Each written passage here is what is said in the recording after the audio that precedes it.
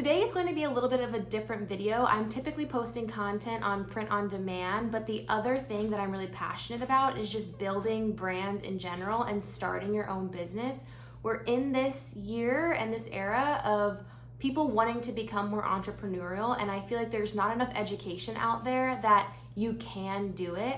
And so I'm gonna start adding in some success stories of businesses that had humble roots, started as side hustles, but were able to grow to ridiculous success, not because they launched some obscure tech, strategic, hard to understand business, but because they were in the right place at the right time. They had a great idea. They focused on the product, they focused on the customer, and they were able to make a crazy amount of money doing that. The brand that I am talking about today is Native Deodorant. Now, if you're like me, you have more recently become open to the idea of natural deodorants.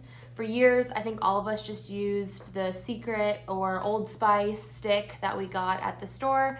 And then in the last half decade, 10 years or so, there has been more fire that's come on these brands, realizing that there are actually some pretty bad ingredients in these products. And so in 2015, the CEO and the founder of Native decided that, hey, we want to create a deodorant brand. There's an opening in the market for a brand of deodorant that is a safer alternative and a more natural alternative than what everybody's been using. They were able to understand that this space had opportunity even when most people thought it didn't. And I think you'll be shocked to learn that they actually started this business with some roots on Etsy. So initially, this founder wanted to do everything very scrappy. Like most of us, they didn't have a ton of money to immediately go in and throw in hundreds of thousands of dollars to a pharmacist or a scientist to start something like this. What did they do? They started and they went on Etsy and they asked people that were selling natural deodorant. In fact, they noticed that natural deodorant was trending on Etsy, and they said, hey, like it's platforms like Etsy where you have the movers and the shakers that are creating their own handmade goods that might be able to be onto something sooner than the rest of the market. So they knew that, they saw that, they understood that this was 2015. People are starting to care a little bit more about what goes in and on their bodies. And so they were able to reach out to like a bunch of people that sold natural deodorant and say like, hey, can I buy this as white label and sell it myself? So what does white label means? That means somebody else produces it and you slap your brand on it.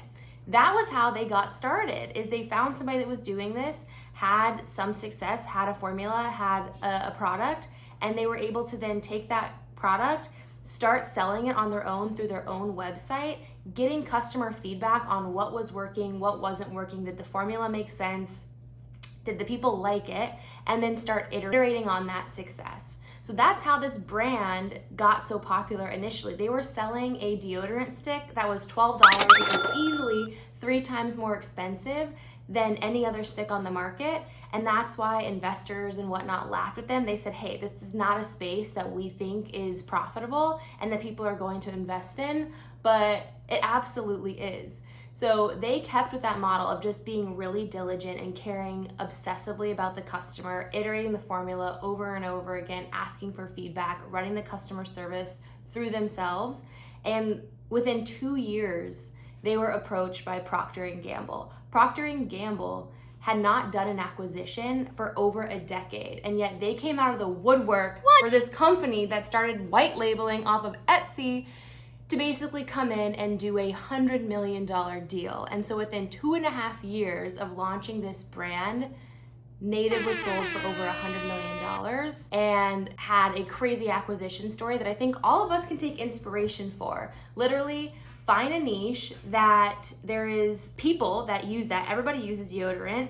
Make it a little bit different, focusing on the trends that are happening. The Better For You movement was like getting its feet wet right at that time, and do it really, really well on one product before you start expanding onto all these different things. They initially launched with just deodorant. As we know now, they've created a whole brand and they have body wash, all these different things and such fun collaborations.